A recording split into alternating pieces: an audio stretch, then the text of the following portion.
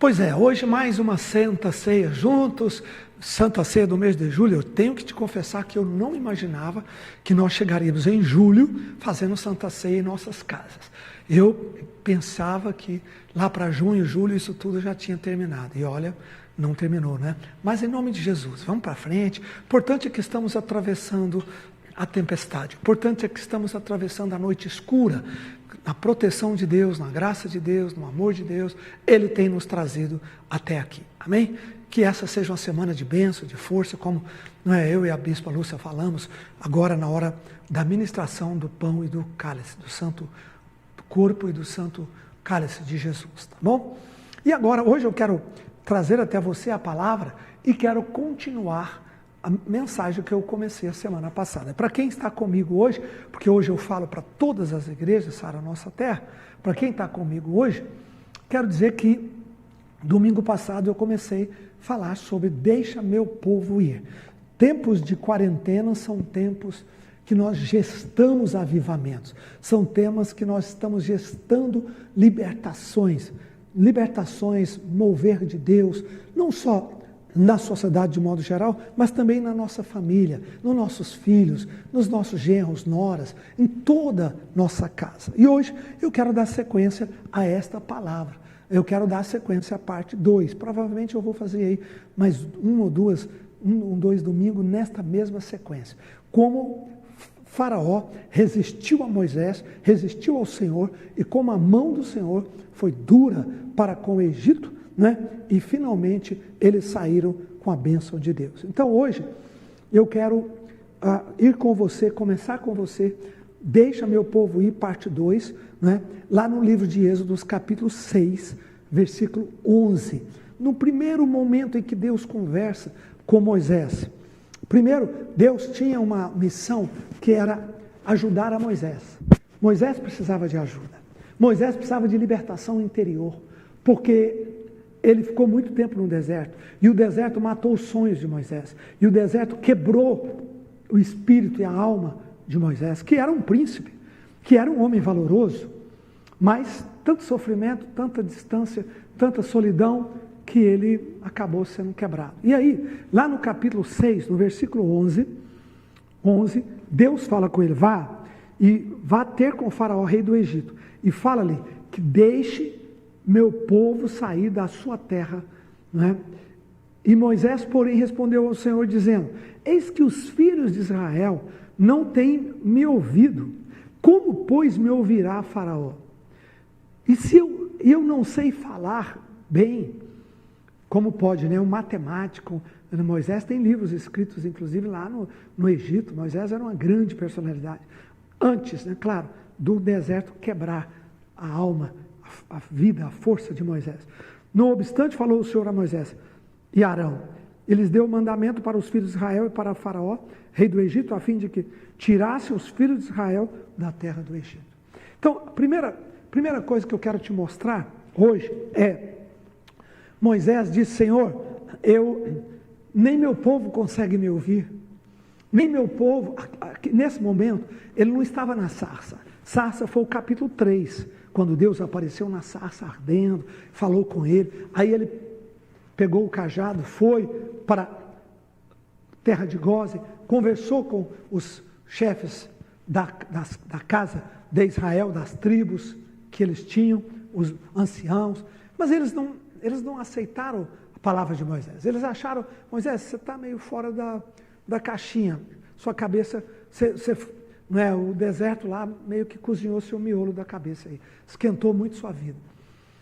Então ele tinha um complexo muito grande, e ele disse, Deus, nem meu povo me escuta, quanto mais Faraó vai me ouvir, Então aqui é uma luta dele com ele mesmo, na mente dele, com o projeto que Deus está dando para ele, com o novo plano que está surgindo. E Moisés trava nesse diálogo com Deus, ele trava esse momento de falar com o Senhor. Ele diz, ele está, eu lembro, sabe de quê, gente? Eu lembro de Jesus em Lucas capítulo 4, lutando contra o diabo. Lembra que Satanás o levou para o pináculo, depois o levou para o deserto, E ali na mente, Jesus passou uma série de tentações, série de batalhas. Moisés está na mesma coisa. Moisés estava vivendo aqui meio que um paradoxo, né? Não é algo real, mas era algo que estava dentro dele, era uma batalha interior que ele estava passando. Era uma batalha íntima que você e eu passamos. Muitas vezes, nós passamos a batalha na nossa solidão, na nossa mente, não é? Na nossa impotência pessoal, dizendo eles não vão crer, eles não vão entender, não vai dar certo, não vou conseguir, não é? Nosso pensamento voa demais e voa para muitos planos, às vezes até impossíveis, né? Coisas assim muito negativistas, coisas que não vão acontecer, mas a mente é fugaz, ela voa, ela escapa. A mente de Jesus também. Jesus passou na mente a grande batalha, ele não precisou passar pessoalmente, ele passou na mente. Na mente, Jesus passou e venceu a sua grande batalha. Sua grande batalha. Jesus passou na sua mente um grande conflito, que Moisés também passou. E aí, o que acontece? Jesus vence, mas Moisés também vence. Chegou um momento que Deus falou, não tem essa desculpa sua de você não sabe falar. Arão, seu irmão, vai falar por você. Arão, seu irmão, vai com você. Amém? Vai com você. Então a primeira coisa que eu quero te falar, para que Deus possa cumprir na sua vida o ministério de tirar todos que estão no Egito das mãos de Faraó, filhos, genros, noras, famílias, finanças, né, ações judiciais, tudo que está na mão de Faraó. Para Deus fazer isso, presta atenção, você tem que vencer na sua mente. Você tem que vencer as batalhas com você. Deus tem que te convencer. Deus tem que fazer você ouvir a sua voz e a sua palavra, né? E vencer interiormente. Ele foi. Elias também passou a mesma coisa. Lá na solidão do Carvalho, longe, 40 dias de caminhada, Elias também ficou lutando na sua mente. É normal, temos batalhas na mente, mas isso tem que ser resolvido e vencido. Então, a primeira etapa é, eu vou obedecer ao meu Deus, seja o que for, custe o que custar, o que der deu. Né? Daniel, na cova dos leões, Daniel enfrentando ali a mesma coisa. No texto de Êxodos, capítulo 8, versículo 27, Moisés já se apresentou a Faraó. Agora eu quero Êxodos 8, 27. 8, 27. Agora aqui Moisés fala uma coisa para Faraó muito audaciosa. Agora, eu acho que Moisés esticou a corda até demais, mas era o conceito de Deus, era o compromisso de Deus, era o plano de Deus, é assim que Deus trabalha. Lá no 8, 27, diz assim, 8, 27, finalmente Faraó disse assim, no 25, Faraó chamou Moisés e Arão e disse, ide, ofereceis sacrifício ao vosso Deus, nesta terra. Respondeu Moisés, não. Então, finalmente ele entregou filhos, finalmente ele entregou saúde, finalmente ele entregou família, finalmente ele entregou patrimônio, tudo que ele estava resistindo, né? Parece que Moisés foi abrindo o dedo de Faraó, a mão de Faraó, assim, dedo por dedo, né? Um por um, na força mesmo, né? Debaixo da mão poderosa do Senhor. Quando chega finalmente, o Faraó fala, tá bom, vai, reúne todo o povo de Israel, reúne o gado, mas fica aqui dentro, debaixo dos meus olhos, fica aqui, onde eu posso ver e gerenciar vocês. Finalmente ele entregou, mas ele disse, agora, e Moisés falou, não serve. Ele disse, ide. Respondeu Moisés, não convém que façamos assim, porque ofereceremos sacrifício ao nosso Deus, que podem ser considerados abomináveis aos egípcios. E eis que se oferecermos tais sacrifícios perante os seus olhos, não nos poderão apedrejar? Temos de ir caminho de 3 dias do deserto, e lá ofereceremos sacrifícios ao Senhor, nosso Deus, como Ele nos disser. Então disse Faraó, deixar-vos-ei ir para que ofereçais sacrifício ao Senhor vosso Deus no deserto, somente saindo, não vades muito longe, e ore por mim. Ele até aceitou, então vai, mas 3 dias não. Então, viu como foi etapa por etapa? Primeiro, vá, mas fique os filhos. Depois, não, seus filhos podem ir, mas fique o gado, fique o patrimônio. Não, tá bom. Aí veio juízo, aí veio, né, pragas, aí veio a mão forte do Senhor. Aí, tá bom, vai, leva o gado, mas faça aqui na terra, aqui aos meus olhos. Não, também não. Aí, a mão do Senhor. Então tá, vá, mas não vai muito longe. Mas vá onde eu posso enxergar vocês. Às vezes o inimigo até deixa sair, sabia? Mas ele quer enxergar, ele quer gerenciar, ele quer influenciar. Ele não deixa sair dos amigos, ele não deixa sair da tribuzinho, né? Da turminha, né? Vai até na igreja, foi até numa revisão de vida, o filho, a filha, começou a frequentar, mas os amigos são os mesmos, mas a galera é a mesma. Não é isso que Deus tem, não. Moisés disse, não é isso que nós precisamos, que nós necessitamos. Nós necessitamos de uma bênção completa, total. Então, Faraó aqui, no versículo 28, ele até deixou ir, disse, ok, vou deixá-los, para que ofereçais sacrifício ao Senhor, vosso Deus, no deserto, somente que indo, não vá de muito longe, e orai por mim. Parece que ele até ficou bonzinho agora, né, espiritual. Orai por mim também, né? Ele viu o tamanho de Deus, o poder de Deus, ele viu a força do Senhor, a graça de Deus, e ele estava assustado. Então, orai por mim. E finalmente respondeu Moisés, no versículo 29, eis que eu saio da tua presença e orarei ao Senhor. Amanhã esses enxames serão retirados dos seus oficiais, do seu povo.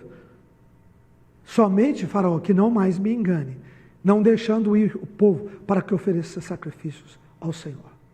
Então, Moisés pediu 3 dias de caminhos. 3 dias, disse, eu preciso ir e eu preciso distanciar 3 dias. E eu fiquei pensando já, por que 3 dias? É muito. 3 dias, se você pensar a logística de comida, de água, para aquela multidão, 3 dias para fazer uma festa e depois voltar, não é? É muito. Claro que Faraó desconfiava que por trás Moisés estava montando um plano para escapar. Mas Moisés não afirmou isso nenhuma vez para ele. Nenhuma vez Moisés disse que nós vamos embora e nunca mais voltaremos. Moisés falou, vamos fazer uma festa. E lá Deus vai falar comigo, vai falar conosco o que Ele quer da gente. E assim foi. Agora, por que 3 dias? Primeiro, o número 3 é um número muito significativo, porque ele representa a ruptura completa, santificação completa. Quando nós jejuamos 3 dias, nós já começamos a fazer toda a ruptura de influência do maligno em nossas vidas, de influência do maligno no seu filho, na sua filha. 3 dias. A Bíblia fala muito sobre esse número 3, e ele é repetidamente. Por exemplo, você se lembra que Jesus disse que Jonas ficou no ventre da baleia 3 dias e 3 noites, lembra? Então, olha o número 3, fazendo com que Jonas cortasse com aquele passado rebelde dele e voltasse ao propósito. Então, 3 dias tem muita força, né? Muito peso. Abra comigo no livro de Oséias, capítulo 6, versículos de 1 a 4. Oséias, profeta Oséias, 6, 1 a 4. O texto de Oséias é um texto muito bonito e que nos fala sobre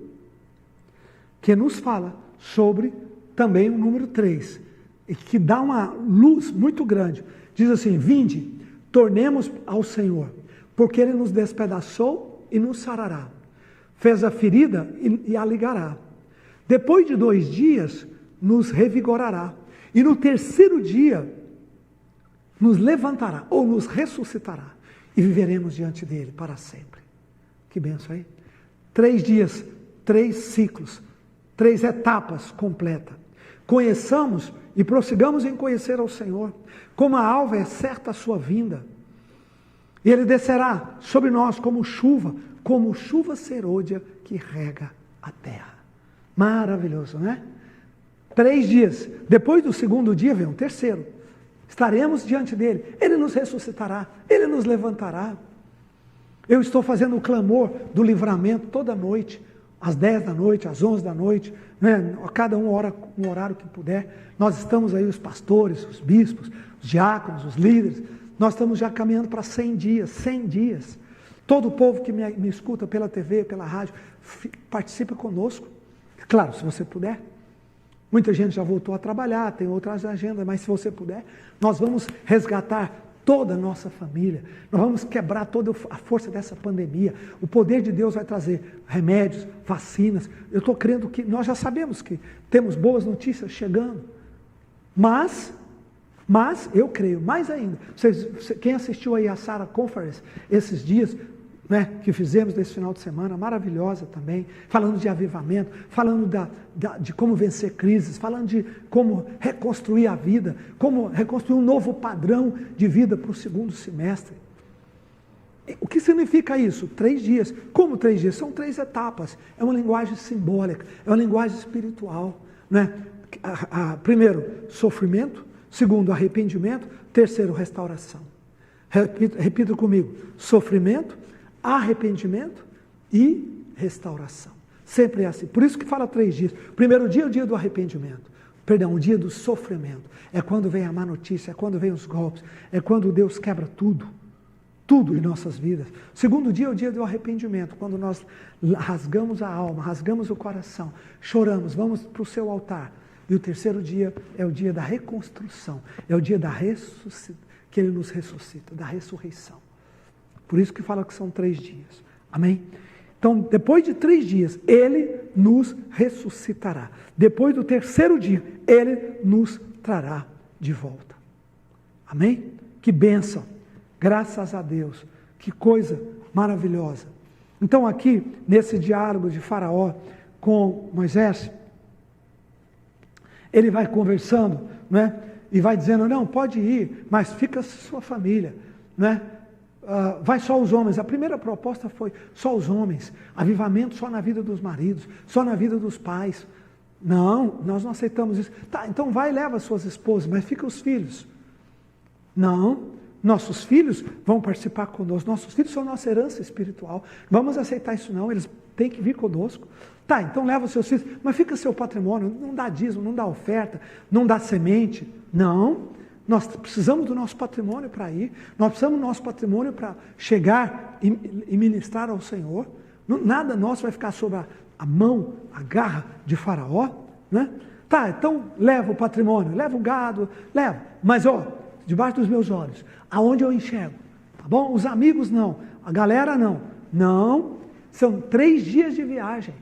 Por quê? Nós vamos quebrar tudo aquilo que é antigo, velho, nós vamos fazer uma nova história. E isso você vai viver, pai, com seus filhos. Isso você vai viver, mãe, com as suas filhas. Isso nós vamos viver um grande avivamento nesse segundo semestre. Um grande mover de Deus na sociedade, nas nossas famílias. Nós estamos clamando, fazendo o clamor, que eu falei agorinha, o clamor dos 100 dias, para avivamento em nossas geração, em nossa sociedade, para que a gente possa colher o maior avivamento que a nossa geração já viveu e já experimentou. Amém?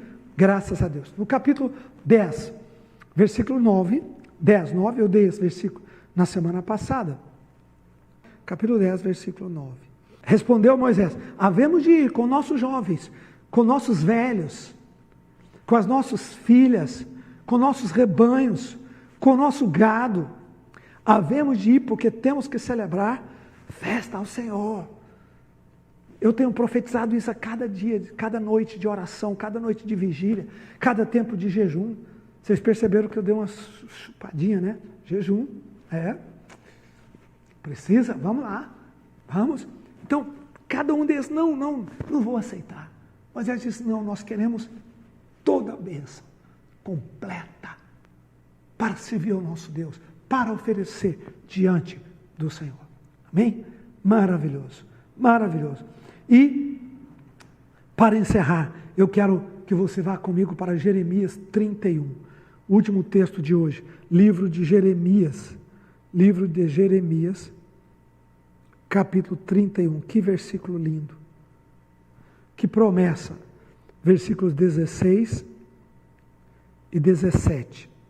Jeremias 31, 16 e 17. Isso aqui está escrito sobre você, sobre sua casa, sobre a minha casa, sobre nossas famílias. Olha que promessa linda e maravilhosa, gente. Jeremias 31, 16.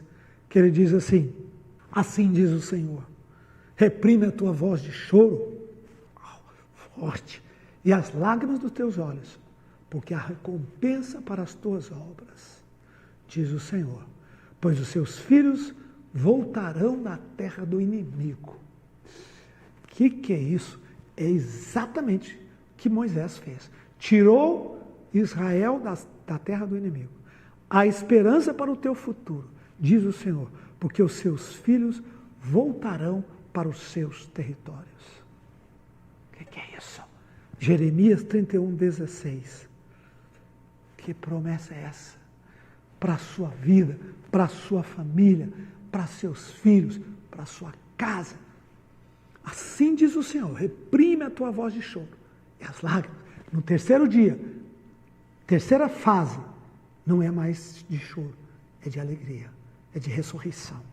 A primeira, sofrimento, a segunda, arrependimento, a terceira, ressurreição. 3 dias, 3 etapas, 3 períodos.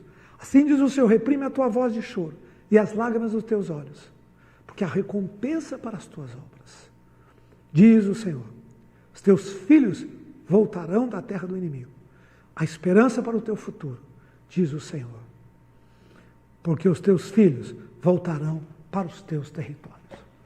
Levanta a sua mão e dê glória a Deus bem forte. Levanta a sua mão e profetiza sobre a sua casa. Profetiza sobre sua família. Profetiza sobre filhos, filhas, genros, noras, netos, todos que estão no território do faraó. Não estão no território de Deus. Proclama uma palavra, proclama isso. E ele está dizendo, reprime a tua voz de choro, diz o Senhor, e as lágrimas dos teus olhos. Primeiro dia e o segundo dia é só lágrima, porque são 2 períodos de sofrimento.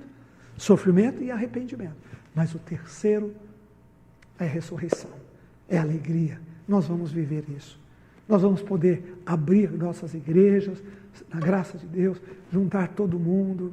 Vamos, calma. Nem que seja mais para o final do ano, mas vamos fazer. Deus vai nos dar vitória. Amém? Nós vamos poder viver esse grande avivamento com nossos filhos, todas, nossa família, completamente restaurados, protegidos, guardados pela graça, pelo amor, pelo poder e pela bênção do Senhor em nossas vidas. Não aceite Faraó ficar segurando sua família. Lute, não aceite, diga não, em nome de Jesus eu não vou aceitar isso. Eu creio no meu Deus, eu creio na sua palavra e eu creio na sua promessa. Amém? Dá para dizer graças a Deus? Põe a mão no coração e ora comigo agora. Ore, vamos orar pelas nossas famílias, vamos orar por todos familiares que estão no território de Faraó, do Egito, que precisam voltar, que talvez até já voltaram, ou estão voltando agora na pandemia, que já estão vivendo restauração. Eu já estou vendo Deus fazer isso em tantas coisas, tanta gente. Ele vai fazer no seu filho, na sua filha, na sua família. Ele vai fazer. Põe a mão no coração. Pai, te damos graças pela tua palavra, pelo poder do Espírito Santo. Te dou graças, Senhor, por cada uma dessas promessas que eu li hoje na tua palavra. Que ela nunca cairá por terra, nunca voltará vazia, Senhor. Tua aliança conosco é eterna. E ela jamais, jamais, jamais será quebrada. Jamais será anulada, Senhor. Pai, eu te agradeço que hoje o teu poder, que agora, nesse instante, o toque do Espírito Santo, conforte essa mãe, conforte esse pai, conforte essa esposa que está em conflitos com o seu marido, conforte esse marido que está em conflito com a sua esposa, com os filhos. Ó Deus, hoje, esse mês, Pai, a partir de agora, nós vamos começar a viver avivamento e voltas. Volta para a casa de Deus, volta, volta e volta e volta e volta para o território do Senhor. Jamais ficarão no território do inimigo, Pai, mas no território da tua presença, da tua graça, do teu amor. Cuida, protege seus corpos, protege suas mentes, protege, Senhor, que eles voltem como príncipes como príncipes inteiros para serem usados por ti. Em nome de Jesus. Amém.